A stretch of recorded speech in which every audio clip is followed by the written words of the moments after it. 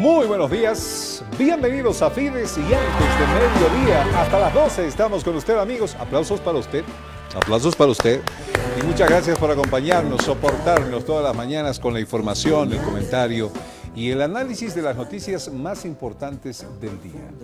Ayer fue realmente estupendo. Estas imágenes están dando la vuelta al mundo y si yo tuviera que ponerle un título, le pondría algo así como lluvia bendita. Lluvia bendita.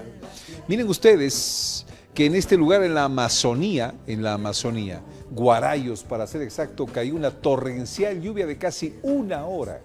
Y saben, para esto el tema de los incendios fue realmente una bendición.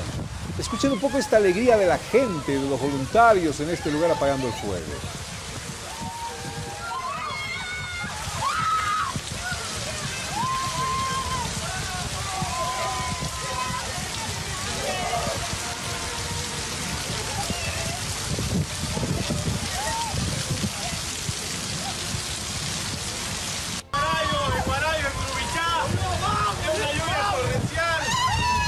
Celebramos tanto esta lluvia en la Chiquitanía que ojalá se repita, pero señor, adiós, estoy hablándole un ratito, nos entendiste mal, no es que la deseáramos aquí en La Paz, es decir, allá que llueva, aquí no. Tremenda tormenta que tuvimos durante toda la noche en La Paz, tremenda tormenta. Menos mal, esa tormenta que tuvimos hoy en la madrugada no se reflejó el horario normal de trabajo de la gente, porque si no hubiéramos tenido que cruzar ríos en La Paz. ¿Vieron cómo quedaron algunas calles? Las laderas están llenitas de piedra y de barro. Tremenda tormenta ayer en la noche. Agradecidos todos, evidentemente, a Dios por esta bendición en Guarayos. Y ojalá que en toda la Amazonía llueva para que de una vez este fuego mine. Quiero mostrarles simplemente al inicio del programa una linda fotografía, aquí está, la tengo acá, se la va a mostrar nuestro señor camarógrafo, sacada por uno de los mejores fotógrafos que hay en el país, que es el señor fotoperiodista Sammy Schwartz. Sammy Schwartz pudo reflejar este momento de la lluvia de esta manera que ustedes están viendo y no dirán que esta fotografía es realmente épica para el momento que ayer pasaron en Guarayos. Ojalá la lluvia continúe en el lugar. Ojalá que la lluvia continúe en el lugar. Bueno, pero pro declaratoria de desastre nacional. Están marchando nuestros hermanos indígenas en la 10ª marcha. A raíz de esto, debo comentarles que la marcha está en San José de Chiquitos, no sé si parada, según el último reporte que tuvo ayer en nuestra central de prensa, porque la gente está con ampollas, está con amígdalas inflamadas, infecciones respiratorias, escaldaduras, los pies están maltratados, después de esta marcha que pretende llegar hasta Santa Cruz. Estamos ya, me dice con quién, por favor. El señor Adolfo Chávez, parte de esta marcha. Don Adolfo Chávez, muy buenos días. Cuéntenos, por favor, esta 10ª marcha indígena, ¿en qué va? Adelante usted. ¿Cómo está, Johnny Arandia? Muy buenos días desde acá, desde la zona de nuestra embajada, de nuestra organización ACECID, pero que también en San José de Chiquitos se llama Turubó, del Parque Caía. Estamos en estos momentos en un registro de dotación de las banderas del Patujú, porque ya de aquí hacia la capital de Santa Cruz de la Sierra ya es otro asunto, porque vamos a estar sobre el asfalto de la carretera y necesitamos tener ya identificado a todos los hermanos marchistas para que no pueda suceder lo que pasó en la columna de la marcha del TIGNIS. Se está dando instrucciones al equipo de seguridad de la avanzada, de la Comisión de Salud, la Comisión de Alimentos, y en estos momentos toda la columna empieza a recibir, como son la bandera del Patujú, ya que a partir de las 3 de la tarde ya estará en movimiento la columna de la marcha, previo de partir ya y dejar el municipio de San José de Chiquito y con destino ya a las comunidades indígenas que están sobre la carretera de acá de San José de Chiquito hacia la capital cruceña. Ahora, don Adolfo Chávez, ¿cómo está la salud de los marchistas? Que esta fue, tengo entendido, una de las causas por lo que la marcha paró en las anteriores horas, perdón. Sí, correcto. Una de las cosas que afectó bastante ha sido el humo antes que la lluvia pasara, como he escuchado que también ha una lluvia de bendición en la sede de gobierno.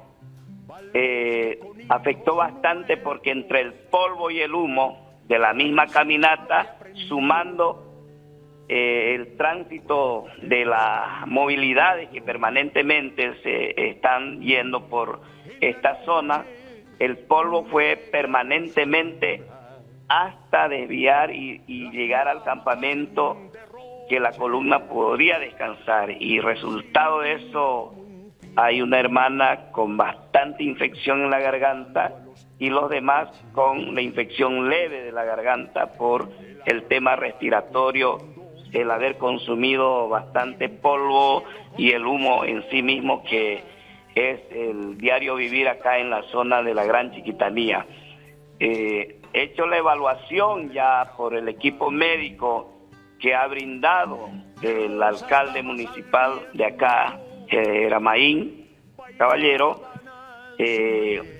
hemos consultado al equipo médico y ellos han dado el permiso, porque es necesario siempre hacer esta consulta y hay el ok que la marcha debe continuar. Entonces ya, como le digo, en estos momentos ahorita vemos en pleno movimiento de recoger las hamacas del árbol, debajo de los árboles acá.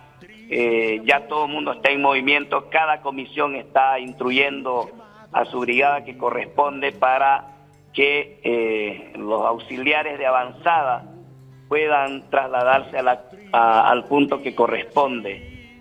Eso es el panorama en estos momentos, Johnny, de acá que se está viviendo. Bien, don Adolfo Chávez, con toda esta logística, ¿cuántas personas actualmente están en la marcha y cuándo pretenderían ustedes arribar a la ciudad de Santa Cruz, que los están esperando allá? Tengo entendido un equipo de avanzada también. Mire, el día de mañana, el día 3 de octubre, que se recuerda 37 años de la vida institucional de la CIDOT, del pueblo indígena, de las 34 nacionalidades, ahí vamos a manifestar ya un aproximado de días que correspondería. Hoy vamos, como decirte, a ponernos a prueba cuántos kilómetros vamos a avanzar sobre el asfalto, y en base de lo que salgamos a partir ya de las 3 hacia adelante, y despidiéndonos de la tranca a las 5 de la tarde, vamos a ponernos, si realmente avanzamos, como unos 40 kilómetros diarios, porque son 260 kilómetros hasta la zona cero de Santa Cruz, de la capital. Ya vamos a tener un aproximado de esa variación entre 30, 40, 25, dependiendo cómo se porte el clima también, porque esos son los imprevistos que vamos a cruzar en estos momentos. Gracias. Hasta el momento no podemos decirle el día exacto, pero claro. Manejamos los kilómetros en base a ello. Gracias, don Adolfo Chávez, por esta información. Reanuda entonces la marcha desde San José de Chiquitos, la 10ª marcha indígena. Abrazos para usted y buen día. Tenemos información de último momento acá en Fides. Otro accidente de tránsito, Jesús. Ayer todavía estamos viviendo la pérdida de 2 colegas en Sucre. En la tarde, en Alcantarí, en la carretera que va desde Sucre al aeropuerto de Alcantarí, otro accidente, menos mal solo con heridos. Y ahora resulta que en Cochabamba, camino a Tocopaya, otro accidente cobra la vida de 8 personas y 11 heridos. Estamos en este momento con nuestro periodista Edwin Conde. Edwin, infórmele al país a través de Fides. ¿Qué pasa, por favor? Buen día. ¿Cómo está, John? Muy buenos días. En efecto, se ha registrado este lamentable accidente de tránsito en el camino interprovincial Tacopaya-Quillacollo. De acuerdo al informe preliminar que ha presentado el comandante departamental de la policía, coronel Raúl Grandi, se trata de un minibús que se embarrancó aproximadamente de 450 a 500 metros de profundidad en la comunidad de Ventilla. El saldo de este lamentable accidente de tránsito que se registró hoy en horas de la mañana, 8 personas que perdieron la vida y se tiene 11 personas heridas que han sido trasladados hasta diferentes hospitales. La lista que ha sido presentado por la policía boliviana de las personas fallecidas es la siguiente: Oscar Chura Tomás, de 25 años de edad, es el conductor del minibús que se embarrancó 500 metros de profundidad. Miguel Chura León, de 58 años. Vitalicio Vázquez Valencia, 36 años. Ariel Alanes Felipe, 16 años. Susana Rodríguez Valencia, 38 años. Primitiva Tomás, 58 años. Julia Choque Nina, 52 años. Y Rolando Quinteros Maldonado, 17 años.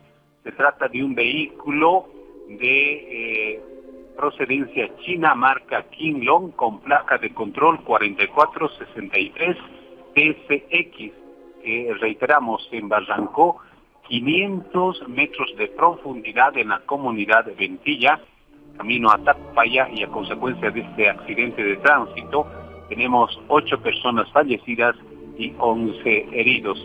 Se investiga las causas de este accidente de tránsito. Se presume exceso de velocidad, exceso de carga, o en su caso que el conductor se haya dormido y es por ello que perdió el control del motorizado. John, si tiene alguna consulta. Sí, Edwin, aquí una duda razonable. 11 heridos, 8 personas muertas. ¿Entran tantas en un minibús? ¿Cómo fue esto? Para que nos explique, por favor.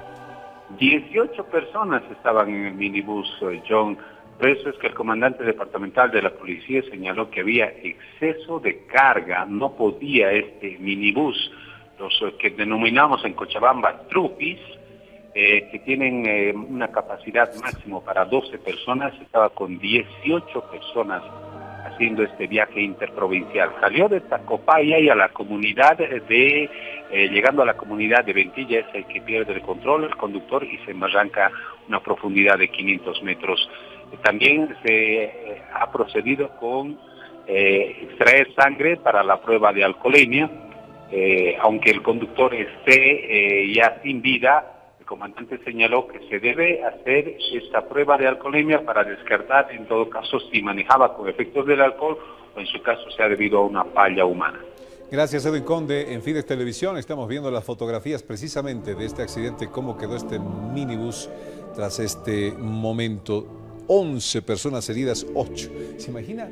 18, 19 personas en un minibús, es decir, hasta arriba las personas, ¿no? Entonces, un accidente de esta naturaleza, terrible, realmente terrible. ¿Qué haremos con la conciencia? Pero no solamente de los conductores, sino de la gente, ¿no? Que es la gente la que tiene que cuidar su seguridad también. Es decir, ¿cómo voy a ir encima? ¿Cómo voy a ir apretado en un minibús? Aunque la necesidad, hoy es la vida de uno, y esto hay que definitivamente tenerlo en cuenta. Vamos a la primera pausa. Dentro de las noticias que son importantes comentarlas, 90% del incendio del Tunari en Cochabamba está prácticamente controlado. Con ese saborcito bueno en la boca con el tema del incendio en el Tunari, queremos irnos a nuestra primera pausa comercial. Este invitado del queso y marraqueta, no necesitamos olla para hacer hervir el café. Este hombre hace hervir los escenarios donde se encuentra, tremendamente duro, en las cosas que dice, en sus apreciaciones. Señoras y señores, ¿quiere que le diga ya quién va a ser nuestro invitado del queso y marraqueta? El señor Jaime Solares estará con nosotros enseguida. Acompáñenos, la pausa y volvemos.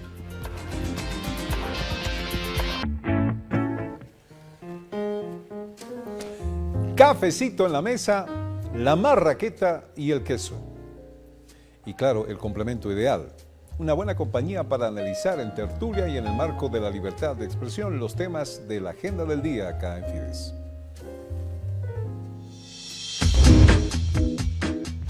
Jaime Solares Quintanilla nace en Oruro un 27 de noviembre.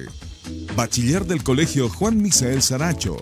Como él dice, se autoformó solo, leyendo e investigando. Orgulloso de ser minero, trabajó y fue sindicalista de la empresa minera Guanuni. Fue secretario ejecutivo de la Central Obrera Boliviana.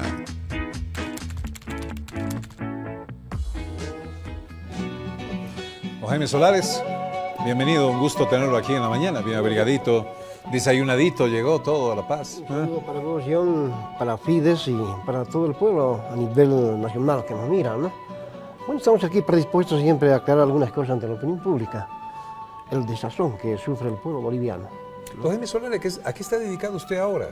Dirigente no es, al menos oficial, digamos. ¿Cuáles son sus actividades diarias hoy?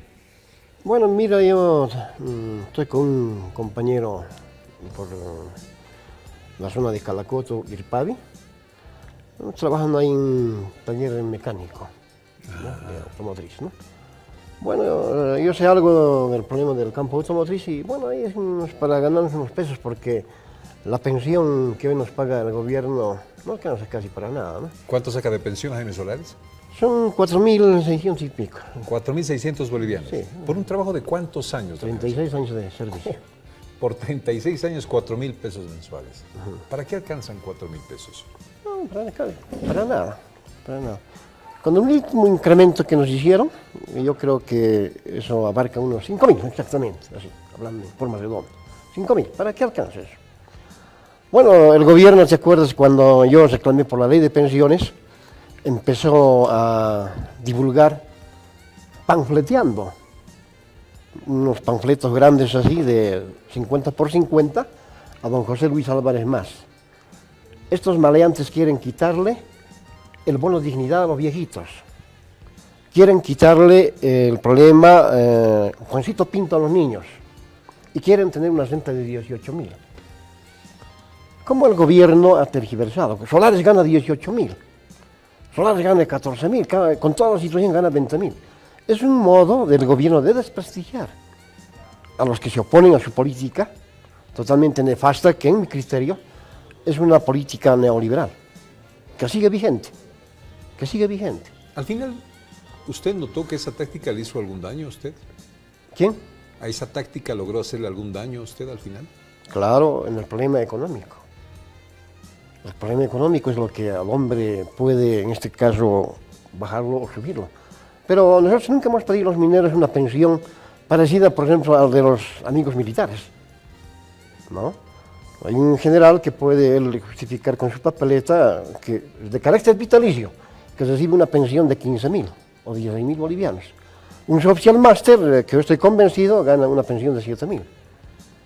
Entonces le dijimos nosotros a veces al ministro, bueno, ministro, mira, los mineros somos patriotas, no nos dé el 100%, solo lo que ustedes, el 70%. Si yo gano 10.000, el 70% ¿cuánto? Debe ser 7.000. Y don Jaime Solares, ¿qué opina de esas diferencias que hace el gobierno? Hay una desigualdad. Entonces el proceso de cambio no hay el verdadero cambio. Y el 21060 sigue vigente en el país.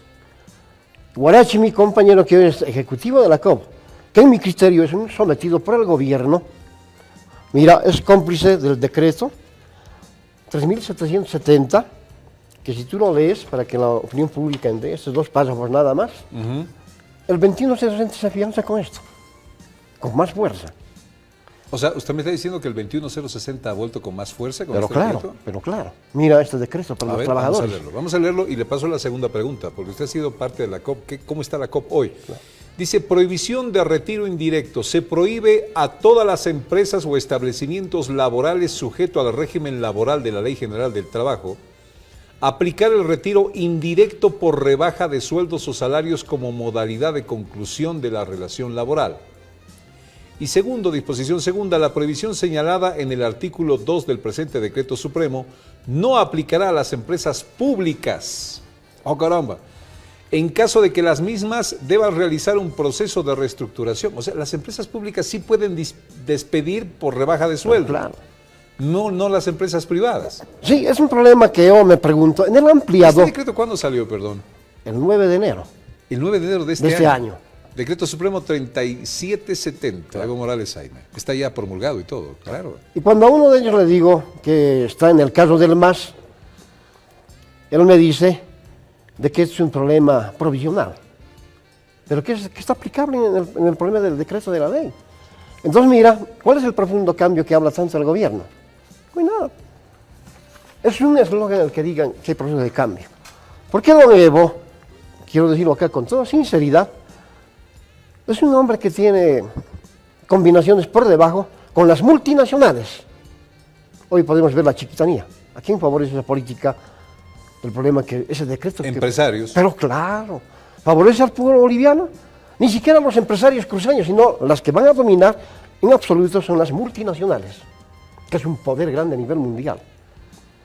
Y te digo por qué está sometido don Evo Morales, que nos toma el pelo en todo aspecto, con la propaganda que él tiene y utiliza muy bien, para convencer y hacer creer a la gente. Caso patético, cuando la otra vez tú te entrevistabas acá con el gerente general, don Javier... Del caso de la mina San Cristóbal. Claro. Ajá. ¿Qué decía él? No, bueno, el que bien atento está a lo que uno dice va a entender. Dice que les hemos dado 35.000 bolivianos en este último arreglo, porque estamos en que nos hemos pagado algunas cosas. Los dominicanos. Para equiparar algunas cosas, dice. Claro, no, pero eso es una situación, una falacia. Porque si los trabajadores ganan el laudo, tendría que cada uno de ellos recibir 350.000 bolivianos. Multiplicados por 834 son 200 millones de dólares. Pero la empresa, ¿cuánto gana? Sus utilidades, mira, compañero John. Esto sin contar cartas y espadas, porque ellos declaran al modo que ellos pueden declarar, ¿no? A lo que ellos quieran. Entonces acá dicen las 300 empresas más grandes de Bolivia, pero aquí está el problema de San Cristóbal, ¿no? Tú puedes ver este problema, 1.300, 1.400 millones en utilidades más de 500 millones. Anuales. Pero claro, están llorando de pagarles a los compañeros porque han ganado un laudo que ganaron sin hacer trampa a los trabajadores. Y aquí vino a decir el señor gerente general, hay cosas oscuras, alguien está metiendo toda esta mentira. Y mira cómo es el poder de la transnacional. Milton Gómez, vos calladito, en contra de los trabajadores. Un exminero como Milton Gómez, ex ejecutivo de la COP. Es una vergüenza. Es una canallada sindical. Han revertido y ahora han sacado otro laudo. Eso yo te cuento, querido John. ¿Y qué dice este nuevo laudo? Rechazando. Pierden los trabajadores. Entonces otros hablan hasta con un poco de envidia, ¿no? Por eso dice usted que hay una combinación de las transnacionales con Evo Morales. Pero claro, por debajo. Y mira, acá nadie sabe esto y hasta los grandes intelectuales y analistas se cuidan de esto porque tal vez para el futuro quieren un puestito, cierto puesto, ¿no? El IRSA, Iniciativa de Integración Regional para Sudamérica. IRSA. Claro. Nace en Brasil en el año 2000, juntamente con Cardoso de entonces, con Banzer y todos los neoliberales. Está presente la Banca Mundial, ellos dicen, bueno, el IRSA va adelante. IRSA. ¿Qué significa? El problema de las represas, el problema de los corredores bioceánicos, las dobles vías, el tren bioceánico, los teleféricos, todo. Claro, todo el mundo dice, pero es progreso el teleférico. Pero es una estrategia de convencernos de que queremos progreso, pero ¿a cambio de qué? De estas carreteras que van a servir para la rápida accesibilidad a los recursos naturales, TIMIS, donde hay cualquier cantidad de petróleo. Y ya han adelantado estos granujas en el problema del chaqueo, en el problema de los incendios, para preparar el terreno para las multinacionales. Entonces acá no nos van a tomar el pelo, porque es un proyecto neoliberal grande, de inmensa envergadura, el proyecto del IRSA, refrendada y aprobada por la Banca Mundial, por el empresariado mundial.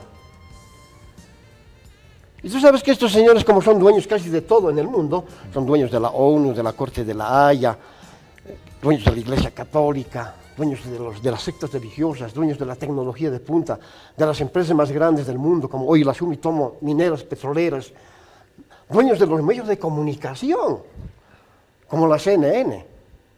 Un ejemplo. Hacen lo que quieran. Son ellos los que dirimen en el mundo quién va a ser gobierno, hombre o mujer. Son los señores de la guerra que han acabado con el problema de Irak, con el problema de Libia. ¿Por qué han matado a Gaddafi? Simplemente por sus intereses. Jaime Solari nos está diciendo que estamos viviendo una gran mentira. Claro. Una gran mentira. Claro. O sea que cuando habla don Evo, la soberanía del pueblo, de los trabajadores, yo soy aliado de los trabajadores. Hay un problema de un lado y va a favor de la Sumitomo japonesa, donde el gerente gana más de 130.000 bolivianos, como básico. Declaran ellos estas ganancias que te acabo de mostrar, ellos declaran. Pero ¿será verdad? Ahora, el tema de los empresarios, Santa Cruz y el pacto con el gobierno. Han hecho un pacto, no simplemente... Yo digo, con razón Santa Cruz está pues entre sus líderes tan callados, ¿no? Pero Había claro. habido un pacto empresarial con el gobierno. ¿Por qué? Yo me imagino que fue así el pacto hasta donde se logra saber, porque el incendio no solamente dejó al descubierto terreno, dejó descubierto otras cosas también. Los empresarios tenían la luz verde para chaquear 1 millón de hectáreas anuales. Pero claro. Se la tienen calladita. Salieron tímidos a decir, yo no he chaqueado, mis incendios no son los culpables de haber encendido Pero con razón, pues Santa Cruz está en sus líderes más calladita porque hay un compromiso empresarial Pero que claro, manejan Santa Cruz. Esa Se es la trata idea. de millones de dólares, de cientos de millones de dólares. Hoy ya no se vende la gasolina. A los coches hoy caen el problema del metanol. Y el metanol viene del problema de la soya. Quieren eso. Pero muy aparte de eso, el nuevo orden mundial, como maneja el tráfico de cocaína, de las drogas en el mundo, han ordenado en forma disimulada para que Evo aplique una ley que el problema de los cocales tienen que crecer más. Y por eso es que hay excedencia de hojas de coca en el Chapare. Mira, lo que te estoy diciendo es un problema muy terrible, muy fuerte, porque las transnacionales no van a ayudar tal vez en hacerme callar de la noche a la mañana. Es un problema que me están enfrentando ante una mafia de carácter mundial, pero que tienen ciertos tentáculos en Bolivia, con la complicidad de don Evo Morales. Mira, don Jaime Solares, el Cabildo va a hacer en Santa Cruz este viernes. Parece que alguien quiere, lo voy a decir de esta manera, tomar el papel de machito en el asunto. Es decir, volver con esa voz fuerte para reclamar, digamos, Santa Cruz y sus ideales. La está tomando el presidente del Comité Cívico. Pero ¿sabe el presidente del Comité Cívico a qué se enfrenta? Se enfrenta a los empresarios, ni siquiera se enfrenta al tema del gobierno, porque los empresarios tienen un pacto con el gobierno. ¿Ese es el fondo del asunto?, preguntó. Claro, y en el fondo los empresarios bolivianos tienen también un pacto poderoso con los centros del poder mundial. ¿Qué va a pasar si Mesa entraría? No lo mismo.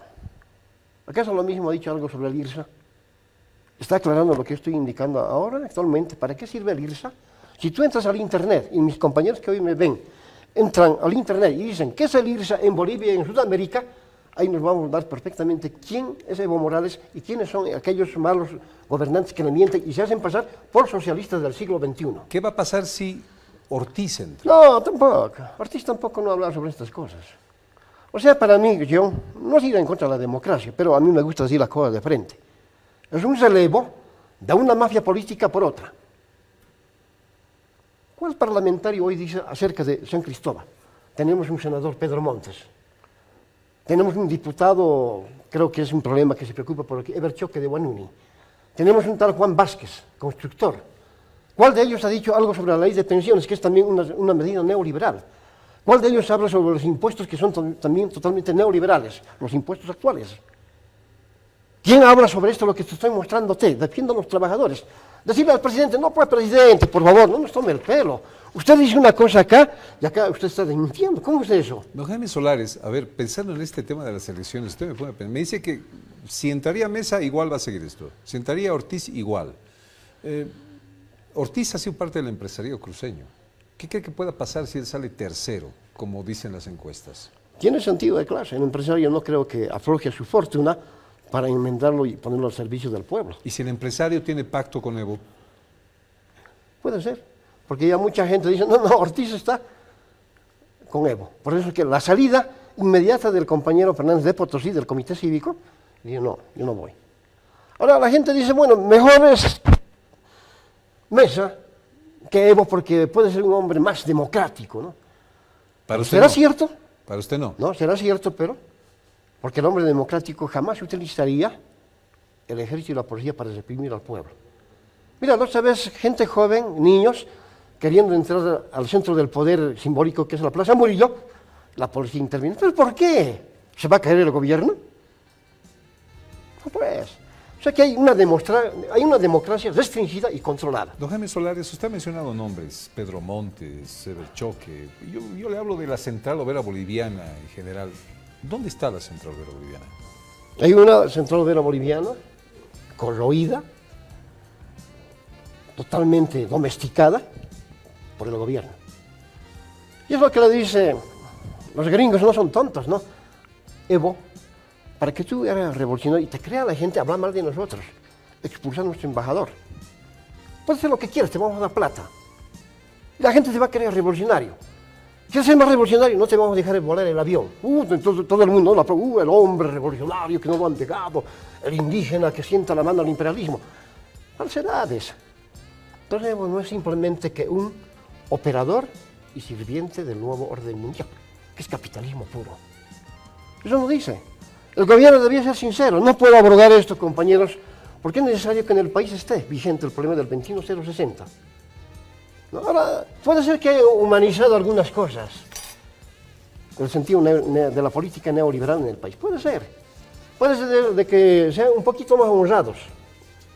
Pero en el fondo la construcción es tremenda. Me quedo con este decreto supremo de Jaime Solares. ¿Cómo no, compañero? Me quedo con este decreto supremo y hasta como la idea en general. Miren ustedes, el decreto 3770 se prohíbe a todas las empresas o establecimientos laborales sujetos al régimen laboral de la Ley General del Trabajo, se prohíbe aplicar el retiro indirecto por rebaja de sueldos o salarios como modalidad de conclusión de la relación laboral. Cuando le digo, Menos a las empresas públicas. echa la ley, echa la trampa. Igual van a aplicar para todos. ¿Y cómo ves tú esta diferencia? Una situación pues de engaño. ¿Y sabes quién lo permite? Con el aval de la COP. Con el aval de la COP. No puedo decir, yo era el secretario ejecutivo, yo hacía la revolución en este país. Entonces, ¿por qué hemos peleado? A mis compañeros les critican que ganan bien. ¿Qué les importa? ¿Por qué a se ellos? parece esto al 21060? Van a hacer lo que quieran los empresarios con este decreto. ¿Qué estos señores? Los empresarios, bueno, en todo caso las empresas públicas. Claro. Pero ellos van a decir, ¿por qué simplemente las públicas? Nosotros también tenemos todo el derecho.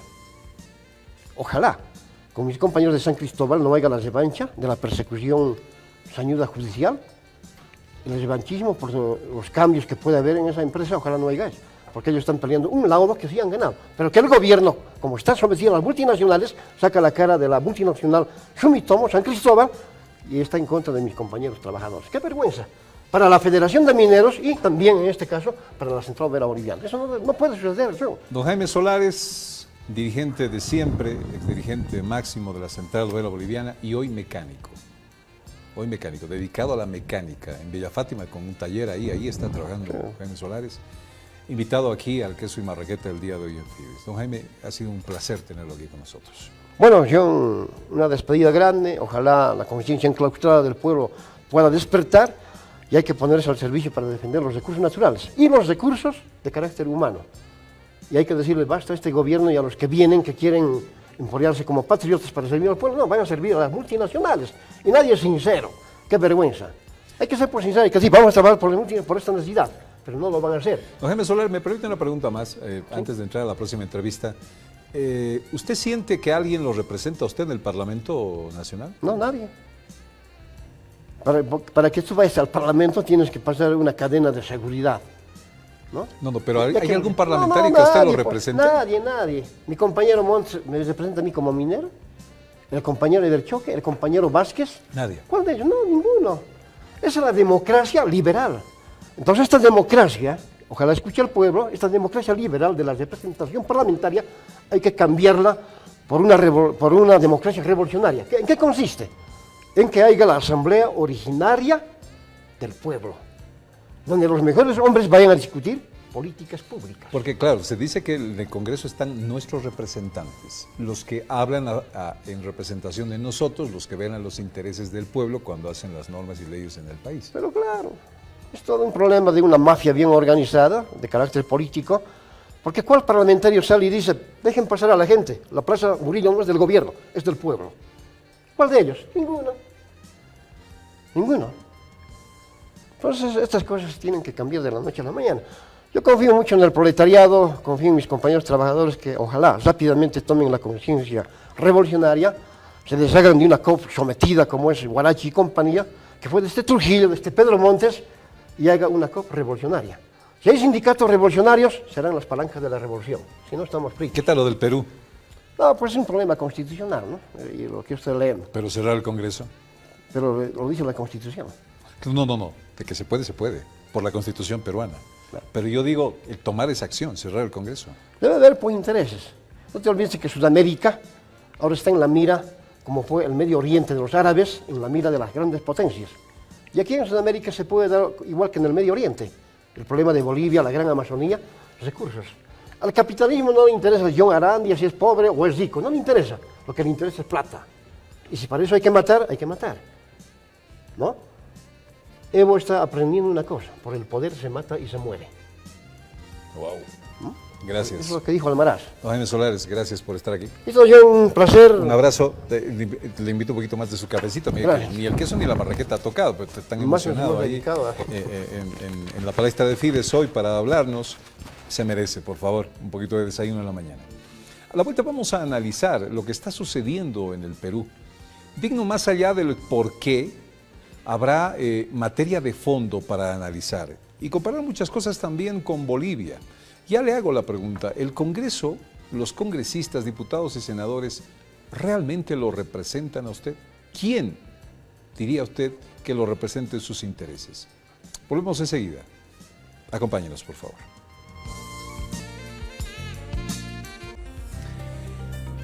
ASPB y EPA, que son las dos empresas en conflicto, logran acuerdo para liberar la carga boliviana en el puerto de Arica. Desde Fides le decimos que es un acuerdo medio raro, medio extraño. Supuestamente, subieron los costos para operar en el puerto de Arica. Entonces, ASPB siempre había tenido una especie de deuda pendiente, es decir, pagos atrasados. Termina pagando, según sabemos, pero incrementan los costos en Arica. Ahí es donde entran precisamente los problemas y se trancan no solamente los camiones, sino la carga en el lugar. Es un acuerdo medio raro, medio extraño. Bien, aunque ya la carga boliviana en el puerto de Arica está pasando en este momento hacia sus destinos, no se quiere hablar de los pormenores de ni siquiera un acuerdo, me animo a decirles. Un preacuerdo. Han llegado a una especie de entendimiento, pero no un acuerdo final para solucionar este tema. Y no es eso de que lo más importante es que la carga ya esté liberada y demás. No, cualquier momento la pueden volver a trancar si es que no hay una solución de fondo al tema. ¿Dónde me estoy yo inventando esto? Para nada, por favor. Son declaraciones del principal responsable de esta empresa EPA, la empresa portuaria de Arica. Su representante habló en las últimas horas y es esto lo que nos dice. Vamos a escuchar bien, por favor, en la solución del tema ASPB-EPA. Escuchemos. Parte del Estado Nacional de Bolivia está en desarrollo. Todavía quedan aspectos por definir y los equipos están trabajando. Por ese motivo no voy a referirme al detalle de los acuerdos que son preliminares, pero en todo caso lo que nos debe tener a todos contentos y satisfechos es que se han reanudado los despachos. Gerente, es decir, que los camiones que estaban varados varios días van a poder ya salir hacia el país de Bolivia. Así es. Nosotros esperamos que en el muy corto plazo se establezcan bien los equipos de trabajo que están desarrollando la planificación necesaria para atender con urgencia el despacho de las cargas.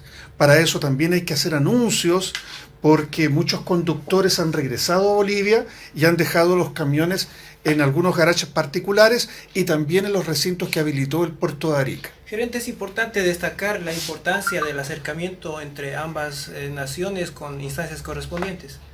Nosotros somos puerto. Nosotros nos referimos a los servicios y a las tarifas, a las operaciones portuarias. Ese es el ámbito de nuestra competencia. Y reconociendo el rol que tiene la ASPB, hemos podido, afortunadamente, llegar a puntos de encuentro. Nosotros nos quedamos con que estamos estableciendo bases de acuerdo para poder desarrollar un trabajo fructífero. Hemos logrado una ruta para el trabajo en conjunto. Respecto de los contenidos de los acuerdos, dado que esto no ha finalizado, creemos prudente guardar la reserva de estos diálogos, que es una de las cuestiones que también nosotros hemos comprometido mantener con la ASPB. Hay un equipo en este momento ya instalado trabajando que conforman profesionales de la ASPB y de Terminal Puerto Arica S.A. que están precisamente poniéndose de acuerdo respecto de cómo se va a planificar este despacho. Pero lo que le puedo asegurar es que está teniendo en cuenta precisamente como una de las variables a considerar el tiempo de permanencia. Yo quiero reiterar de que los servicios nunca han estado suspendidos, las cargas nunca han estado retenidas. Lo que ha estado operando es el procedimiento del cobro del pago anticipado. Entonces, los despachos directos de contenedores, dado que tienen el beneficio de la tarifa cero, no han estado sujetos a ninguna exigencia de cobro anticipado. Basta que se planifiquen, se programen anticipadamente y han sido despachados, manteniendo algo aproximado a un 15% de la carga en total, los que se han ido y han mantenido el servicio de despacho en estas condiciones. Bueno, el gerente de EPA habla de aspectos por definir, habla de acuerdos preliminares, que se han llegado a puntos de acuerdo, que se han llevado a bases de acuerdo y que se reserva toda esa información. Entonces, nosotros decimos, el tema con la ASPB y EPA no está solucionado. Es imposible decir que hay un acuerdo, pero que la carga se está liberando, se está liberando. Estamos con don Prudencio Taquichiri, uno de los choferes afectados en Arica. Don Prudencio, a ver, ¿se llega a un acuerdo definitivo o no? ¿Qué información tienen ustedes? Entiendo que hay una alegría de que los camiones y la carga está pasando hacia Bolivia, pero cuéntenos hoy cuál es el panorama, don Prudencio, hasta Arica. Buenos días. Buenos días a todos de la radio y del canal. Me encuentro en este momento en la puerta de TPA, o sea, el puerto que hace las operaciones de embarque de la mercadería en tránsito. Bueno, le he pasado una foto ya de toda la planilla, o sea, va a ser la planificación para el segundo y tercer turno del día 1 de octubre. Alrededor de 120 contenedores para el segundo y tercer turno, y también para la carga desconsolidada, que son alrededor de 40 a 50 camiones. En eso se ha trabajado ya normal, ya, bueno, se está despachando ya la carga con muy apresuradamente. Las cargas más fáciles se están despachando y los que son un poco complicados están postergando. Tienen un gran problema los de TPA porque se les aproxima, hay 3 motonaves a la gira que van a entrar a descargar, o sea, ha colapsado el puerto. Entonces, de esa manera que están dándole agilidad aquí al despacho. Ya se ha normalizado, más bien tenemos la suerte de que ya están saliendo los compañeros retornando a Bolivia. Bueno, pero al final, ¿cuál es la sensación, don Prudencio Taquichiri? ¿Se solucionó el tema? ¿No se solucionó el tema? ¿Cómo anda esto de las deudas? ¿Qué saben? Porque ni ASPB ni TPA quieren hablar de cuáles son los acuerdos que se están llegando en el marco de unas deudas que tenemos entendido. Es así, ¿verdad? Correcto, sí. Usted tiene toda la información casi ya adelantada. El tema es que el día lunes llegaron los señores a una reunión y el día martes tenían que nuevamente continuar tipo 8 de la mañana, pero los señores de ASPB Bolivia vinieron a la comisión, se atrasaron, y los de TPA, o sea, los de EPA, les esperaban desde muy temprano. Pero ellos llegaron como tipo 11 de la mañana. Desde las 11 se vinieron hasta las 3 de la tarde, hora chilena en todo caso, en la cual ya llegaron un acuerdo simplemente, así como informa el señor Sánchez, para ya dar ya luz verde a toda la carga capturada o que estaba estacionado. Ya, en todo caso, las consultas que les hemos hecho a los señores es de que sí se ha abierto el diálogo, se ha abierto ya la reunión para poder ir a analizar todo el tema que significa de la alza que ellos, los de TPA, están intentando utilizar sus tarifas nuevas, que son las tarifas que cobra Chile y al Perú, y nos quieren incluir a los bolivianos en esa tarifa, toda vez que hay un acuerdo de un tratado de que tiene que ser especial el cobro por esos servicios. Bueno, ese es el comentario que nos hizo el señor Sánchez, que ya se ha abierto el diálogo como para poder, digamos, seguir haciendo el análisis, ponerse de acuerdo, pero no dice que ¿Hasta cuándo? No tiene la fecha exacta cuándo van a terminar y como dice usted, de verdad es un poco, bien reservado entre las dos empresas, entre Bolivia y Chile, las dos empresas involucradas en este tema. Bien, don Prudencio Taquechiri, muchísimas gracias por este comentario desde Arica suyo. Usted es nuestros ojos y es la voz también allá, además de un excelente relato en la comunicación para hacernos entender en qué está este tema. Concluimos y aterrizamos, no se sabe a qué llegaron, no se llegó a un acuerdo completo, se llegó a un acuerdo de dejar pasar los camiones, pero el tema de fondo sigue, no se ha solucionado. Muchísimas gracias, don Prudencio, un abrazo hasta Arica, esperamos conocerlo pronto acá, cuando llegue con su carguita a La Paz. Un abrazo grande para usted. Que tenga un buen día, que tenga un buen día. Quiero darle la bienvenida a Marcelo Arequipa, que es uno de los analistas más solicitados por los medios de comunicación. ¿Cómo crece Marcelo? Realmente felicidades, Marcelo Arequipa, bienvenido. Y quiero darle la bienvenida a espero me permita tenerlo en la lista de quienes nos acompañan siempre con el sesudo y poderoso análisis, al doctor José Antonio Rivera, que es abogado constitucionalista que nos acompaña desde la ciudad de Cochabamba. Doctor José Antonio Rivera, un fuerte abrazo para usted. Comenzaría ya preguntándole cómo está recibiendo esta transmisión de Fides, esta comunicación. Muy buenos días.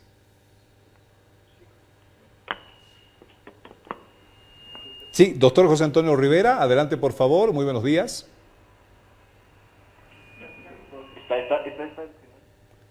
Bien, doctor Rivera, buenos días. Bueno, le pido a mi equipo de producción se mueva en eso, por favor, porque es muy importante. Gracias.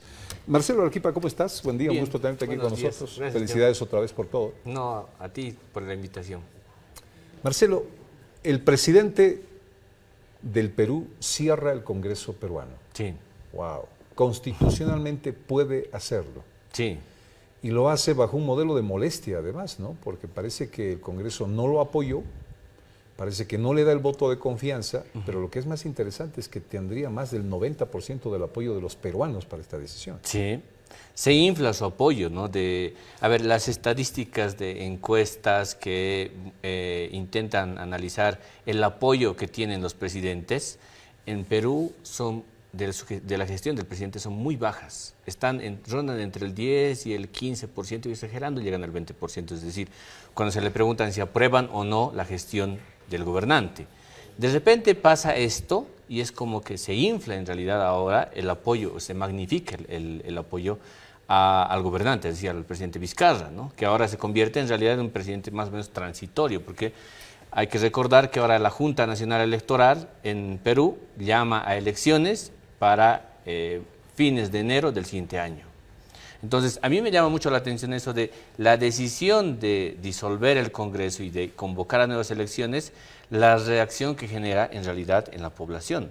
No es una reacción más bien adversa, sino es una reacción bastante positiva. O sea, eso es lo raro, porque claro, supuestamente el Congreso son los representantes del pueblo.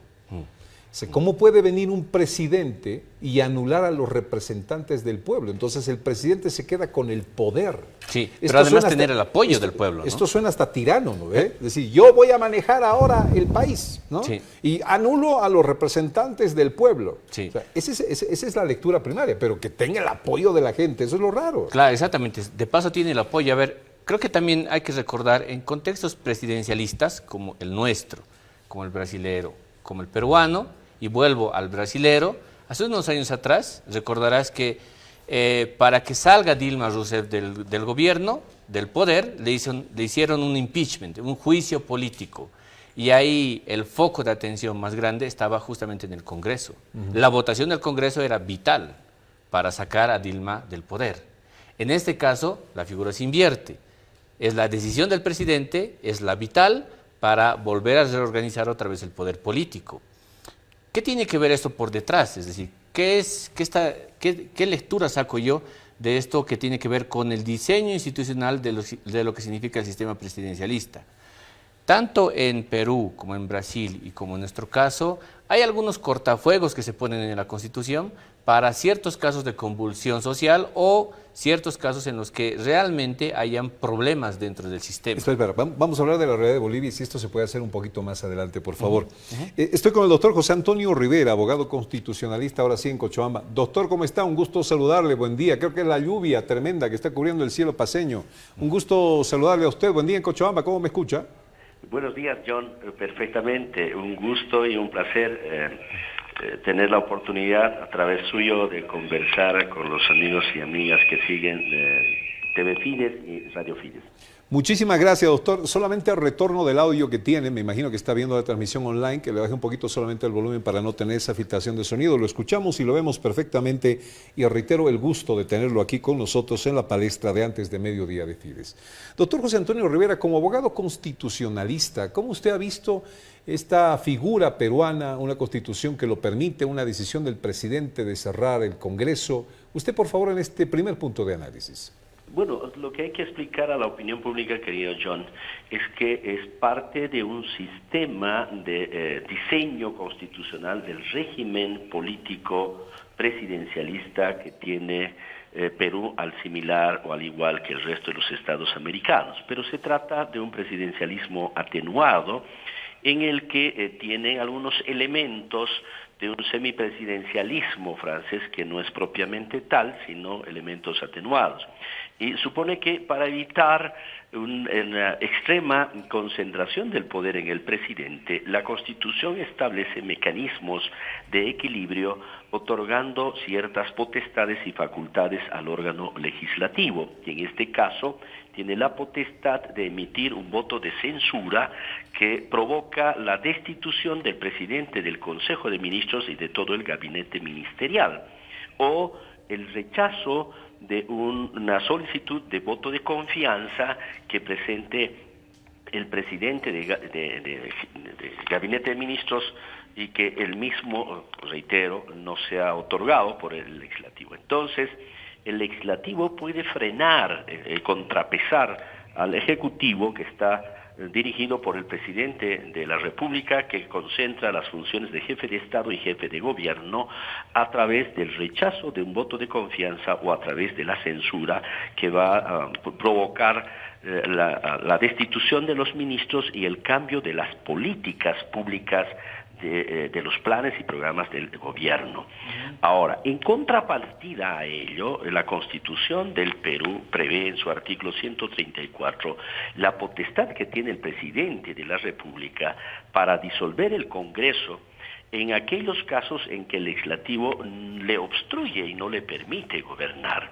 Esos casos se dan cuando se censura o niega la confianza solicitada por el Consejo de Ministros en 2 ocasiones seguidas, y es lo que ha acontecido en el Perú. Situación en la que lo que sucede es que el presidente disuelve el Congreso y debe convocar inmediatamente a elecciones de un nuevo Congreso, y esas elecciones deben realizarse dentro del plazo de 4 meses desde la fecha de disolución.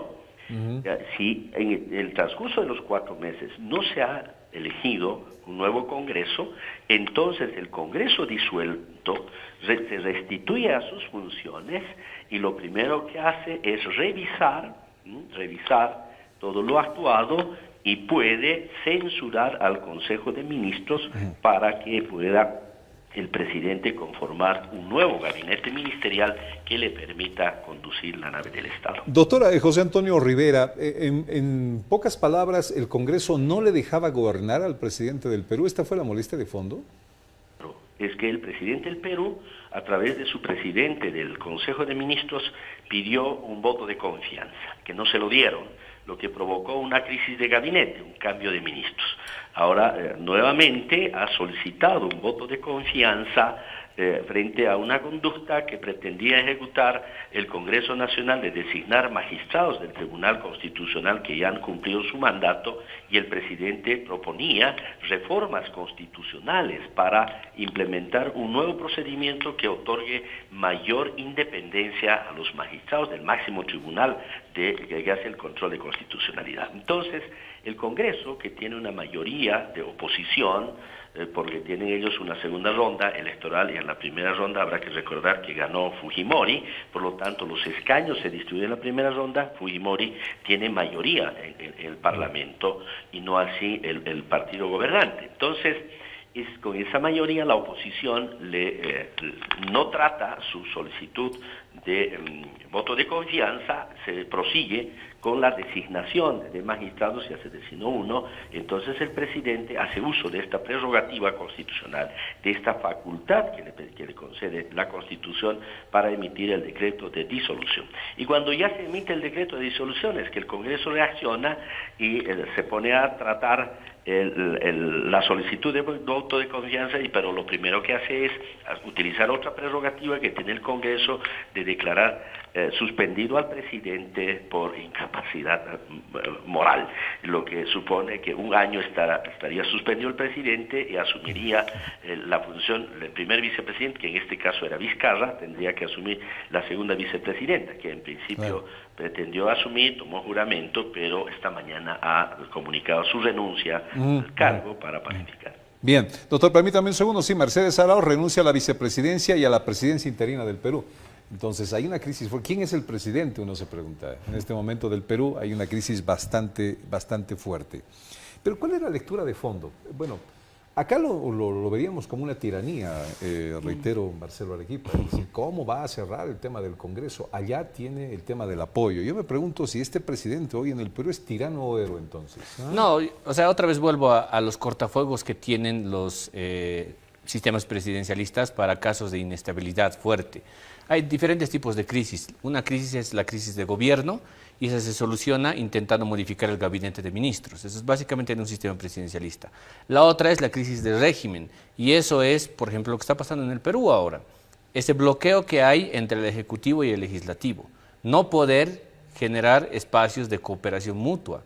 Porque obviamente quien es hoy día presidente no controla el poder legislativo y no ha podido hacer unas alianzas o coaliciones, digamos, más o menos fuertes que le permitan gobernar. La otra es mucho más fuerte y esa es una crisis de Estado. Y eso, para ponerlo en términos gráficos, es lo que pasó en octubre del 2003 en este país. No está todavía Perú frente a eso. No es una crisis de Estado, es una crisis de régimen. Que esa se soluciona otra vez disolviendo, como se está haciendo ahora, digamos, en el Perú, disolviendo el Congreso. ¿Qué es lo que hace el Brasil para cuando hay una crisis de régimen? Lleva a juicio político a los presidentes. Y de esa manera igual se llama otra vez y se convoca otra vez a elecciones o se sigue una sucesión constitucional. ¿Qué es lo que pasa en el caso de Bolivia? En el caso de Bolivia lo que tenemos como cortafuego, si quieres, institucional, es el referéndum revocatorio. No hay la posibilidad de que el presidente disuelva el Congreso, no hay la posibilidad de que aquí no se puede exista el juicio político, no se puede hacer eso. Lo que sí puedes hacer, y eso es como una especie de... Hay una línea muy delgada y quizá el doctor José Antonio Rivera nos puede explicar mejor. Hay una figura que es bastante extraña, que el presidente puede convertir el Congreso, el Poder Legislativo, en una especie de asamblea constituyente. Es decir, ¿con otros actores o con los mismos? Con los mismos. Con los mismos pudiera convertirlos en una asamblea constituyente. Es una figura bastante extraña que está dentro de nuestra Constitución. A ver, ¿aquí se puede hacer o no se podría hacer algo así, doctor José Antonio Rivera? Bueno, técnica y jurídicamente en Bolivia no es posible ello, John, porque Bolivia ha adoptado un sistema hiperpresidencialista, ¿no? Donde los roles están claramente separados. El presidente es jefe de Estado y jefe de gobierno, además jefe del partido político.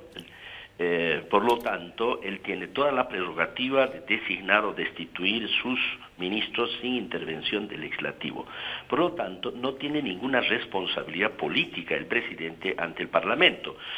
En contrapartida, el Parlamento también no tiene ninguna responsabilidad contra el presidente. Esto significa que ni el Parlamento puede destituir al presidente, ni el presidente puede disolver el Parlamento. Ahora, en cuanto a lo que planteaba el colega Arequipa, no es posible que directamente el presidente pueda convertir la Asamblea Legislativa Plurinacional en Asamblea Constituyente, porque la reforma constitucional está claramente regulada por el artículo 410, con dos componentes, una reforma total que se debe ejecutar a través de una asamblea constituyente originaria convocada previa referéndum consultivo y luego activarse el referéndum aprobatorio.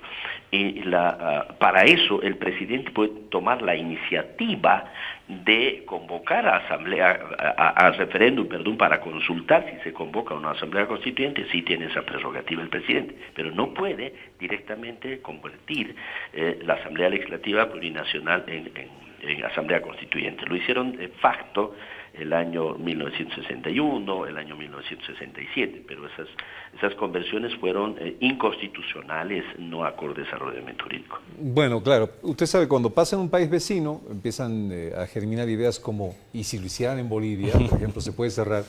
Porque, a ver, ¿cuáles son las frases que la gente peruana tiene para con su parlamento? Nido de ratas, ladrones, corruptos. Eso es lo que decíamos ahí. Ayer estábamos en contacto muy cerca a Palacio de Gobierno en Lima y por lo menos las 10 personas que consultamos, a ninguno le faltó una de esta expresión. Por eso entonces decimos que aparentemente, como dicen también los diarios peruanos, 90% de la gente está apoyando el cierre de este Congreso. Y nos hacíamos la pregunta, Marcelo Arequipa, ¿a quién representa el Congreso? ¿A quién representan los diputados y senadores? Porque se nos dicen que son la representación del pueblo, es decir, son nuestros representantes, los que hablan por nosotros, los que velan por nuestros intereses y los que tienen que velar por el desarrollo y que nos vaya mejor a nosotros, que somos el pueblo en este momento. Sí. Y cuando salimos a preguntar si los bolivianos se acuerdan de algunos nombres de quién los representa en el Parlamento, nada. Los nombres que se acuerdan son los de los parlamentarios, senadores y diputados que han hecho un show en algún momento por algún problema, se han quejado y han salido a la palestra en medios de comunicación. Y entonces nos preguntamos, ¿qué hay con el Congreso aquí en Bolivia? Yo creo que es un poco de varias cosas. Primero, el tema de la funcionalidad o la poca funcionalidad que le hemos dado, o que le han dado en realidad al Poder Legislativo, primero. Segundo, en sistemas presidencialistas se habla de una suerte de choque de legitimidad dual. O sea, el legislativo en algún momento, si es que no es controlado por el ejecutivo, el legislativo dice, yo tengo la legitimidad suficiente como para imponerme sobre el ejecutivo. Y viceversa, el ejecutivo dice lo mismo. ¿Por qué? Nosotros vamos a votar en elecciones y votamos para diputados y votamos aparte para presidente. Claro, pero claro que el voto para presidente jala para senadores y diputados. Para unos cuantos diputados. Exacto, nada más. Exacto. Y abajo votamos por diputados uninominales. Ahora, por eso decía, hay una especie de choque ahí de cuál de los dos poderes tiene más legitimidad, cuál de los dos puede abrogar la legitimidad del pueblo, del votante, ¿no? Y luego, segundo, está esa lógica de no cooperar entre ellos. Esos son fallos de origen que se habla respecto al tema de que los sistemas presidencialistas arrastran. En un sistema parlamentario no ocurre eso. En un sistema parlamentario la gente va a elegir parlamentarios y del parlamento recién sale el primer ministro en realidad. El primer ministro luego, por tanto, depende su cargo del parlamento. En este caso, como decía igual el doctor Rivera, el presidente no depende del parlamento, ni el parlamento depende del presidente, salvo que estén controlados, es decir, salvo que el partido de gobierno tenga la mayoría absoluta dentro del legislativo. Salvo en ese caso, realmente hay un control, no hay cooperación. Lo que sucede hoy. Exacto. No es que haya cooperación, sino que hay control. Eso hay que explicar bien también a la gente. Es decir, no es que conviven bien y hacen bien las cosas. Entonces, ¿qué termina al final siendo el Congreso? ¿Qué termina siendo el Parlamento para nosotros? Presidente. Debería ser un ámbito en el cual se discutan, se debatan las cosas y sea lo más transparente posible. Lamentablemente no lo es. Es una continuación del poder del presidente. Exactamente. Termina siendo como una especie de apéndice del poder ejecutivo, ¿no? Y además, por eso decía, la funcionalidad que le hemos dado. Pongo otro ejemplo más que es bastante censurable de lo que ha pasado en el Poder Legislativo. Hace 2 años atrás el Código del Sistema Penal se lo llega a abrogar. Y cuando se pregunta a los diputados y a los senadores que estaban haciendo huelga de hambre o que estuvieron bloqueando o que estuvieron protestando, se les preguntó, ¿pero ustedes leyeron el proyecto de ley antes de aprobarlo en la discusión? Había un desconocimiento absoluto. No. Es decir, no hicieron su trabajo. Luego, segundo, quienes estaban movilizando por abrogar ese código no eran los políticos, es decir, no eran los políticos de oposición en el Congreso, sino eran actores extrapartidarios. ¿Qué tal? ¿No? ¿Cuál es su impresión, doctor José Antonio Rivera, sobre este papel de nuestro Congreso? ¿Nos representan, no nos representan? Más allá, yo sé que lo saco un poquito de la figura legal, disculpe usted, si quiere contestar, si no, no hay ningún problema, pero quisiéramos saber su impresión, doctor Rivera, usted en Cochabamba. Sí, yo creo que el problema se da respecto a quién tiene mayor legitimidad, querido John, por el sistema electoral, ¿no? Primero que nada, Bolivia tiene un sistema presidencialista, hoy hiperpresidencialista, que nos genera graves problemas de la incubación de un caudillismo exacerbado. Toda la historia republicana de este país se ha conocido con caudillos, unos letrados, otros iletrados, dicen ahora, ¿no? El tema es que el legislativo que ha sido creado, diseñado como un espacio de debate democrático, plural, por lo tanto, la fiel representación del pueblo, en la práctica no lo es en razón a que, en primer lugar, el presidente es jefe de Estado, jefe de gobierno y jefe de partido político. En segundo lugar, por lo tanto, ese jefe de partido político define las listas de candidatos. Y segundo, cuando vamos a votar este 20 de octubre, los ciudadanos vamos a marcar en la papeleta para elegir al candidato a presidente. Y paralelamente vamos a elegir a los senadores y a un 50% de diputados por circunscripción uninominal. No vamos a votar por ellos, vamos a votar por el presidente. Dicho de otra forma, esos senadores y diputados salen electos gracias a la imagen, la figura del candidato presidencial, no por su representatividad. Apenas un 50% de diputados elegimos en circunscripciones uninominales. Estos aún son opacados, si quiere usted, John, por el candidato presidencial. Muy pocos son genuinamente representativos. Generalmente la gente vota por el candidato presidencial y también por el candidato a diputado de ese partido que pone el candidato presidencial. Esto no le da la legitimidad al Parlamento. Y hoy tenemos un Parlamento que, como decía el doctor Aruquipa, se ha convertido en un apéndice del Ejecutivo. Es en el Ejecutivo donde se genera la mayoría de los proyectos de ley. Allá se dan órdenes y hay orden se saca ley en una noche sin el debido debate democrático y plural, con la imposición de la mayoría. No hay fiscalización alguna, no hay control. El legislativo tiene 5 potestades: de legislación, de control, de fiscalización, de gestión y de representación. Ninguna de ellas cumple a cabalidad. Entonces, eso les deslegitima ante la opinión pública, y en situaciones de crisis como la que está ocurriendo en el Perú, la ciudadanía dice: estos holgazanes que se vayan a sus casas, cuando la ciudadanía debería defenderlos como sus representantes, no los defiende. Hubo una época acá, John, antes de la reforma constitucional, cuando se preguntaba a la gente, decían: no debe existir 2 cámaras, se deben reducir el número de representantes nacionales porque son un gasto para el país, porque la sociedad civil no visibiliza una labor efectiva del legislativo que debe ser de peso y contrapeso con el Ejecutivo. Debe ser la instancia donde se debatan los planes y programas de desarrollo nacional, donde se aprueben previo debate las leyes, y en la actualidad no están. Muy bien. Marcelo Arequipa, el mismo sistema se establece en el Perú para elegir a los representantes en el Congreso, supuestamente los representantes del pueblo. Sí, básicamente. Entonces, con razón, pues ahora entiendo por qué hay 90% de insatisfacción. Les deben estar diciendo a los parlamentarios: ¿quién eres vos? Vos eres mi representante, yo a vos no te elegí y de paso me vienes a entorpecer que esto vaya para adelante. Fuera rata, eso les están diciendo. No, exactamente, por eso te decía también luego comparar esto con los índices de aprobación que hay en el Perú de la gestión pública, de la clase política, del Ejecutivo y del Legislativo. Si uno se fija, la gente aprueba o confía en ellos entre el 10 y el 15%. Es realmente mínimo, o sea, no hay un nivel de empatía con ellos, es decir, no tienes confianza. Entonces, en ese clima, lo que tienes hoy día es ese escenario que a nosotros nos suena contradictorio, en el hecho de que el presidente disuelve el Congreso, pero además al mismo tiempo recibe un gran apoyo de la población, cuando se supone que eso hace ruido como una lógica más bien más autoritaria y poco democrática, ¿no? Bueno, a la gente que nos está viendo y escuchando en todas las emisoras Fides a lo largo y ancho del país, es decir, acuérdese de un par que lo represente a usted, parlamentario o congresista. Pero me van a decir: vos estás encendiendo el fuego para que cierren el Congreso también aquí en Bolivia. No le va a faltar a alguien, usted está metiendo el fuego. No. No se puede hacer, para empezar no se puede hacer.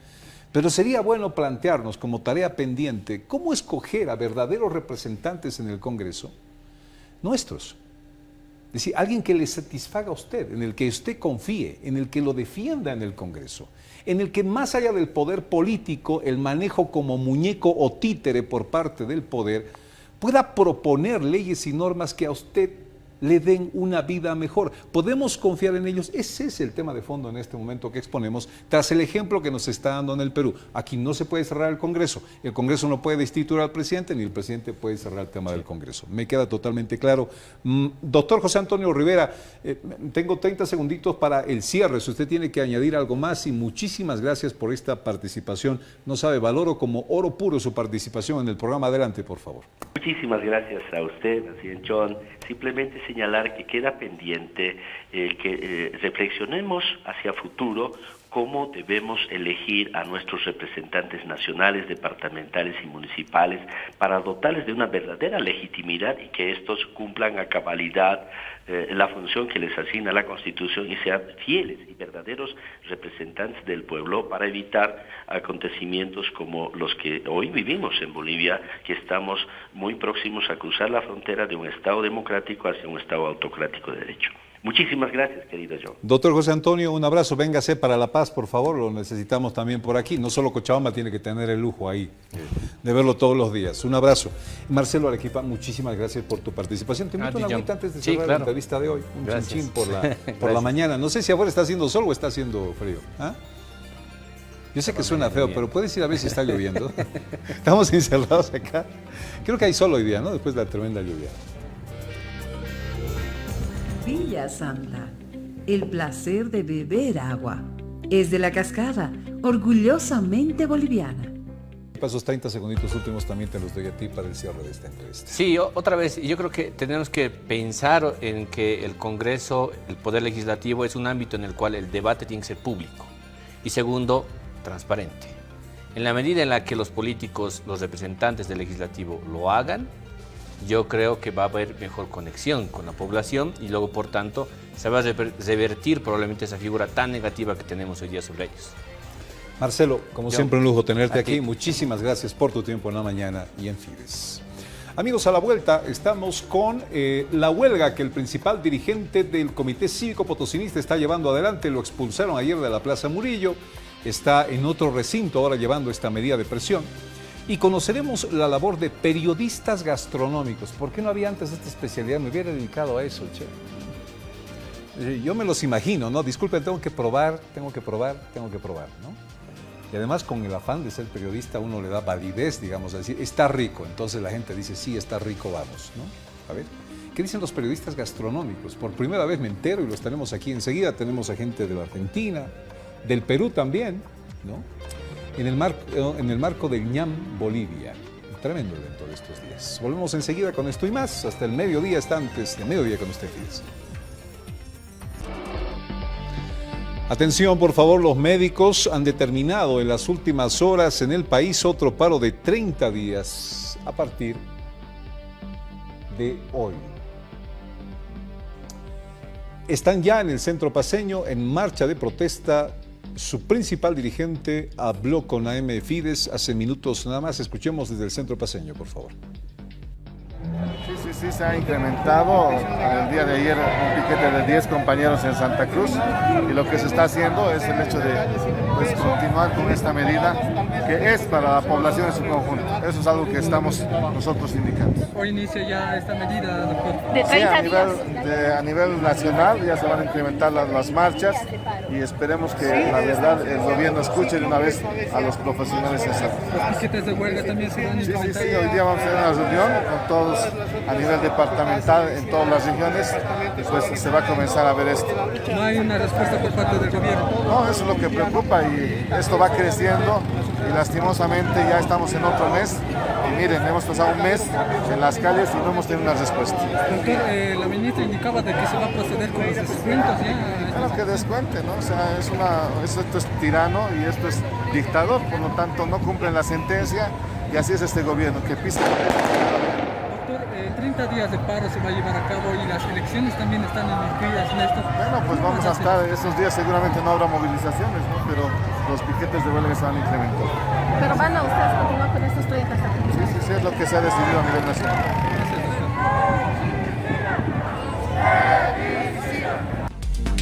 Ahora Noticias, AM.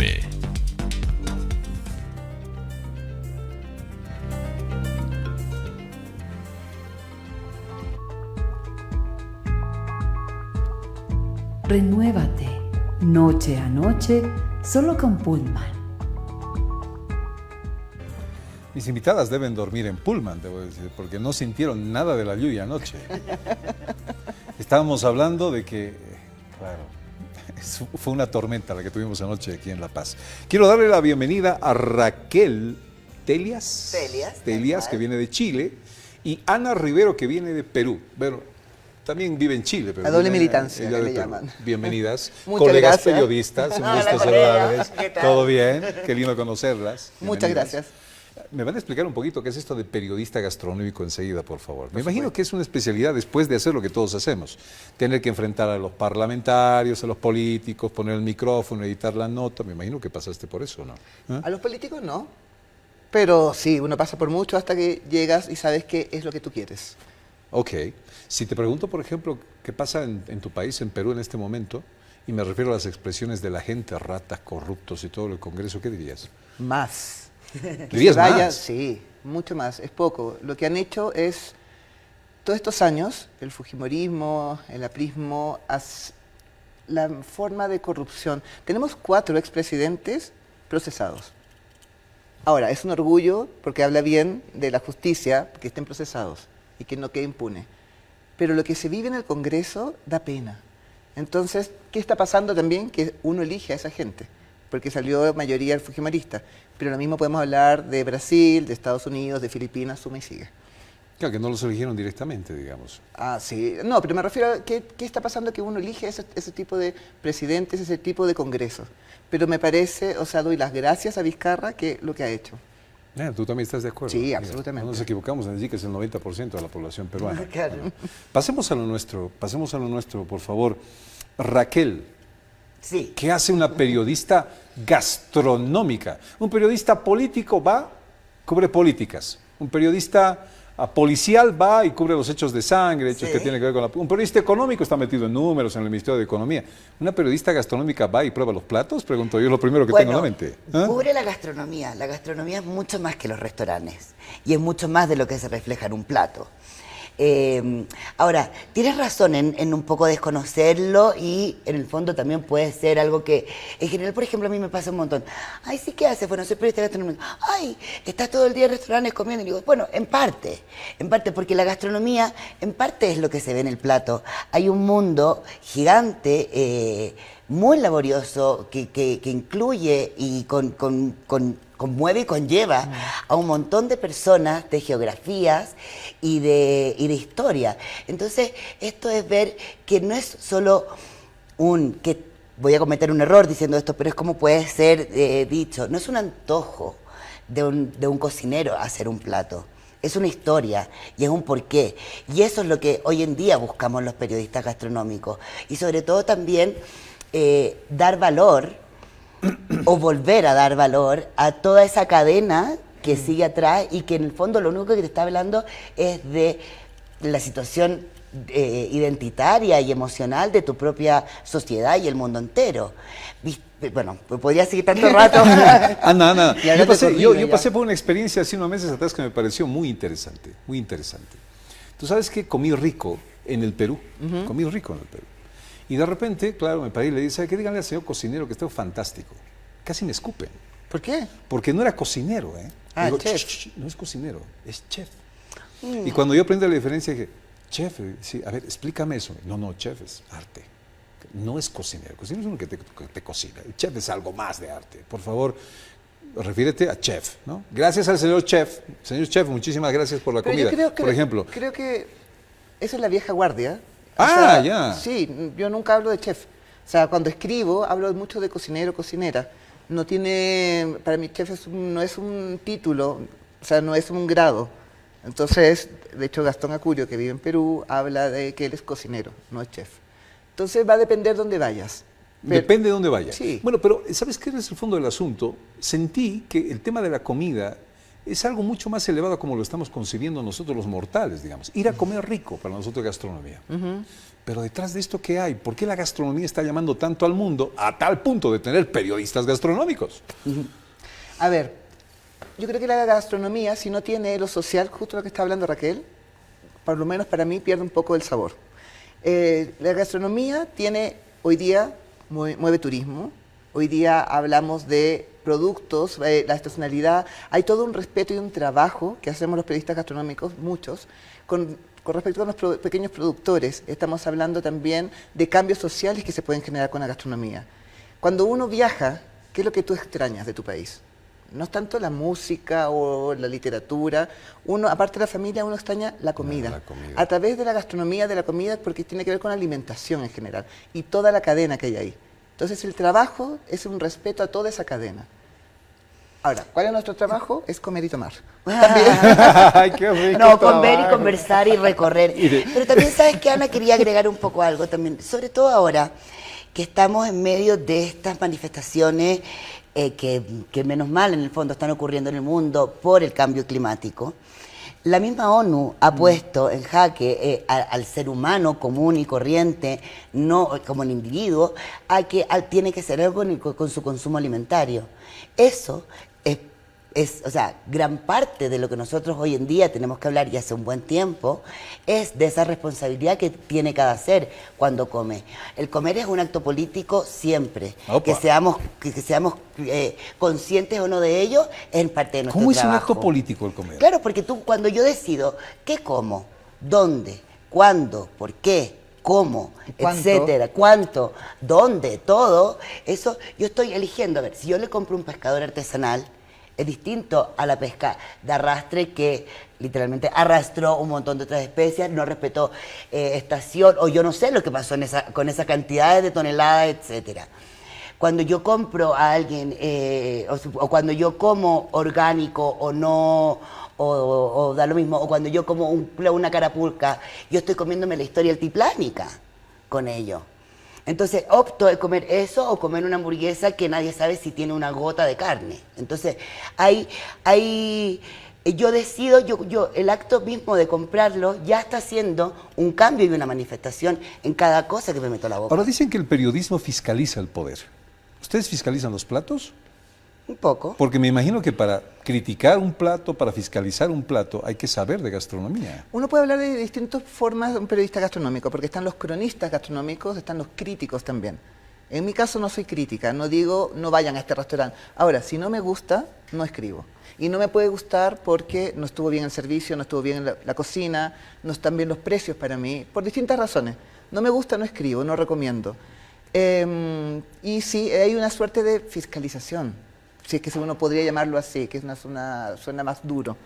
Pero tiene que ver también con el periodista gastronómico, tiene mucho hay un imaginario de que uno está siempre en los restaurantes, etcétera, pero hay también un trabajo de investigación detrás de esto. Un trabajo, con Raquel nos ha tocado muchas veces ir a campos, ir a caletas, trabajar con pequeños productores, trabajar con la gastronomía social. Entonces, ante eso, yo creo que todos los trabajos, todos los oficios tienen como una vuelta de tuerca, un compromiso que uno tiene. Claro, dice que el mejor trabajo es aquel que disfrutas y encima te pagan. Imagínate. ¿Te pagan por probar? Me pagan por probar, me pagan por viajar, me pagan por contar lo que está pasando en esto. Sobre todo porque yo creo que también tenemos un poder entre las manos los periodistas, que es el poder comunicar masivamente. Entonces, no sé, al estar uno contando lo que pasa en la caleta, que en realidad llegan 10 personas porque hay un acantilado gigante, pero acá ese pescador sigue manteniendo un respeto por la veda, etcétera, etcétera. Cuando uno está contando eso, créeme que hay gente que se va a interesar por ir o va a querer saber más de esa persona, o esa persona incluso después le va a poder... O sea, nosotros hemos visto cómo tanto como un restaurante puede subir, o como el señor que vende en la calle pasa a tener un restaurante también, claro, porque es tan bueno su producto. Entonces es el poder también de como las masas. Ahora, hoy en día también eso se ve súper apoyado, podríamos decir, por las redes sociales también, porque en el fondo esta cosa como tan instantánea que está ocurriendo, es un poco así, en cierta parte una amenaza o una comparación a veces un poco burda con el periodismo, en que, no sé, yo creo que la gente se ha acostumbrado un poco a conformarse con la información que sale en un Instagram, por ejemplo, por lo menos en Chile, han cerrado muchos medios de comunicación, escritos sobre todo, y se está peleando por otras trincheras, pero uno siempre está en la voz de los con poca voz o sin voz, o los que uno quiere que suenen más fuerte, ¿no? Qué lindo, qué lindo. Estimada dirección de Fides, estoy poniendo acá, por favor, en anuncio mi renuncia al cargo de conductor, director y periodista, y me voy a dedicar al periodismo gastronómico. Bienvenido. Pancita, prepárate. Sí, no sé, eso también, eso sí. Eso es Pancita, feroz. prepárate para el ñam Bolivia. ¿El ñam Bolivia qué días? Del 3 al 6 de octubre. Del 3 al 6 de octubre, en el Gustú. No, el 3 es un caldo de cabeza en Gustu, que es una mesa redonda donde se va a hablar están invitados distintas personalidades que trabajan con la alimentación, desde biólogos, antropólogos, sociólogos, cocineros, etc. Okay. Donde vamos a hablar una suerte de políticas públicas acerca de esto. El viernes en MUSEF están los invitados nacionales e internacionales, donde son charlas pequeñas, cortas, distintas, que son inspiradoras, que te cuentan qué es lo que trabajan ellos a través de la gastronomía social. Y después terminamos con un plato fuerte a las 5:30 con Virgilio Martínez, que es un gran cocinero. Y después tenemos Celebra, que es el 5 y el 6 en el Montículo. Vayan, que está impactante. Gastronomía, restaurantes, todos bolivianos, que es delicioso lo que vamos a probar. Hay barras, hay clases de cocina, hay muchas cosas. Campesinos, y un mercado claro, con 20 stands de todo Bolivia. Felicidad. No, es que yo estoy demasiado emocionada con en Bolivia. Y Te yo quiero no- todos los días ahí. Muy bien. Allá voy, yo ni desayuné el día de hoy, así que. Y cuando hablabas de que es un acto político, yo me imaginé a dos parlamentarios que quiero comer. Que no te den digestión nomás, que no te digestes. O quieres más bien Periodista asar. antropófago. Muy bien. Gracias, Gracias. por venir. Gracias a ti. Raquel, Ana, muchísimas Gracias gracias a ti. por estar aquí el día de hoy. Gracias, John. Vamos a la pausa, vamos a la pausa. Ya que estamos hablando de platos, otro plato fuerte e informativo enseguida. El presidente del Comité Cívico Potosinista, que inicia su huelga de hambre en La Paz, está con nosotros en vivo y directo desde el lugar de la huelga, en cuestión de minutos, porque Fides es información. Ya volvemos.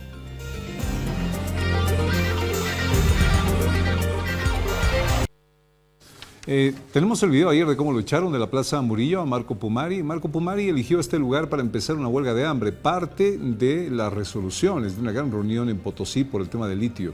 Lo echaron ayer de la Plaza Murillo, buscó lugar para empezar esta huelga de hambre y está ahora en el Magisterio Urbano, las oficinas del Magisterio Urbano. Don Marco Pumari, en vivo y directo para Fides, gusto saludarlo, buen día. Primer día, segundo día de esta huelga, usted nos contará por favor las peripecias para poder instalar esta medida de presión. Adelante, buen día. Bueno, en principio, John, un saludo cordial, en especial a toda Bolivia. Hoy el Comité Cívico Potosinista, como lo has mencionado, ya ha iniciado movilizaciones acá en la sede de gobierno. El día de ayer hemos instalado esta huelga de hambre en puertas de lo que ha sido la Asamblea Legislativa. Lastimosamente nos ha hecho desocupar la Policía Nacional a todos los que estábamos en ese lugar, en especial las dos personas han utilizado un equipo numeroso de policías con antimotines. Dos personas han ocasionado de que cierren para la Plaza Murillo como si se estaría acercando una marcha numerosa o como estarían queriendo tomar el Palacio de Gobierno. Más allá de esta situación, para nosotros es una vergüenza ajena de que la policía actúe de esta manera, subordinada a un partido en función de gobierno. Pero bueno, gracias a Dios, a la buena voluntad y predisposición de la compañera Vilma Plata, que nos ha podido gestionar este ambiente acá en la sede social del Magisterio Urbano de La Paz.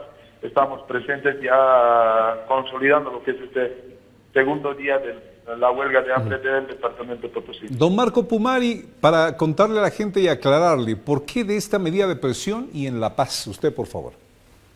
Bolivia entera, John, tiene que saber de que Potosí ha estado más de 6 meses en las calles, en plena movilización. Hemos realizado marchas, hemos realizado paros, hemos realizado notas a Palacio de Gobierno para que nos puedan atender y bajar información en referencia a lo que está pasando con la explotación del Salar de Uyuni y el Decreto Supremo 3738.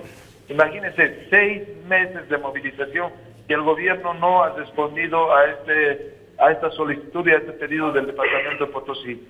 Hoy nos ha arrastrado esa situación el desatino por parte del gobierno. Y bueno, hoy estamos presentes acá en la sede del gobierno haciendo lo que es esta medida de presión, pidiendo la abrogación del decreto supremo 3738, que es un decreto entreguista, vendepatria, donde el único ganador es esa empresa transnacional en desmedro del departamento de Potosí. Imagínense, 6 meses de movilización y hoy el gobierno pretende tipificar de que esta situación fuese político-partidaria al estar a unos cuantos días de las elecciones nacionales. Don Marco Pumari, pero nos llama la atención, usted es presidente de COMCIPO, el Comité Cívico de la Ciudad de Potosí, pero usted ha llamado a una medida departamental. ¿Surtirá este efecto? ¿El departamento se está movilizando? ¿Cómo va a ser este tema? No, debe tener conocimiento, John, de que el carácter jurídico del Comité Cívico Potosinista es de carácter departamental, no es municipal, ni mucho menos provincial. En función a esta situación, el cabildo departamental realizado en el municipio de Uyuni, del departamento de Potosí, con presencia de las provincias, ha determinado iniciar movilizaciones en defensa de los intereses de nuestro departamento. Sabemos que van a existir varios detractores, varios dirigentes afines al movimiento al socialismo tratando de defenestrar o desconocer a la entidad cívica. Pero esta lucha es consciente y el pueblo el día viernes, el día lunes en especial, cuando se va a iniciar el paro general indefinido, va a salir a las calles. El día lunes tenemos paro general indefinido en Potosí, entonces, ¿qué otras medidas se han determinado en pro de estas demandas que tienen ustedes? Bueno, de acuerdo al Cabildo Departamental, se ha determinado en primera instancia iniciar esta huelga de hambre el 1 de octubre. Esa medida lo estamos asumiendo como presidente del Comité Cívico. La segunda medida es el paro general indefinido a partir del 7 de octubre del presente año. Otras medidas como el juicio de responsabilidad en contra de las autoridades por contratos lesivos al Estado y traición a la patria. Porque en este momento se está entregando recursos naturales de Bolivia a manos de transnacionales. Y en función a esa situación, varios de los accionarios van a ser delineados este día al revés, que se está convocando un consejo consultivo. Consejo consultivo donde se va a analizar 2 puntos muy importantes. Uno es la planificación y la organización del paro general indefinido y segundo lo que es la incorporación de delegaciones a la huelga de hambre acá en la sede del gobierno.